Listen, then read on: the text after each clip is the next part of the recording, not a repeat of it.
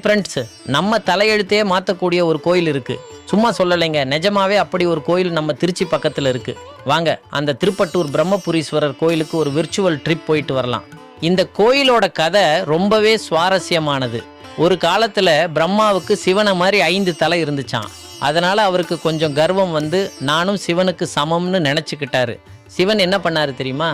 கோபத்தில் பிரம்மாவோட ஒரு தலையை கிள்ளி அவகிட்ட இருந்த படைக்கிற சக்தியையும் பிடுங்கிட்டாரு. அப்புறம்தான் பிரம்மாவுக்கு தன் தப்பு புரிஞ்சது. நேராக இந்த திருப்பட்டூர் பூமிக்கு வந்து 12 சிவலிங்கத்தை வச்சு மனமுருகி பூஜை செஞ்சார். அவரோட பக்தியில் மனம் இறங்கின சிவன் அவருக்கு மறுபடியும் படைக்கும் சக்தியை கொடுத்ததோட ஒரு சூப்பரான வரத்தையும் கொடுத்தாரு. இனிமே இங்கே வந்து உன்னை யார் வேண்டிக்கிறாங்களோ அவங்களோட தலையெழுத்தை நல்ல விதமாக மாற்றி எழுது அப்படின்னு சொன்னார். அன்னைக்கு ஆரம்பித்தது தான் இன்னைக்கு வரைக்கும் பிரம்மா நம்ம தலையெழுத்தை மாற்றிட்டு இருக்காரு. இந்த கோவிலில் ஸ்பெஷலே இந்த பிரம்மா சன்னதி தான். வியாழக்கிழமையில் வந்து பார்த்திங்கன்னா மஞ்சள் காப்பில்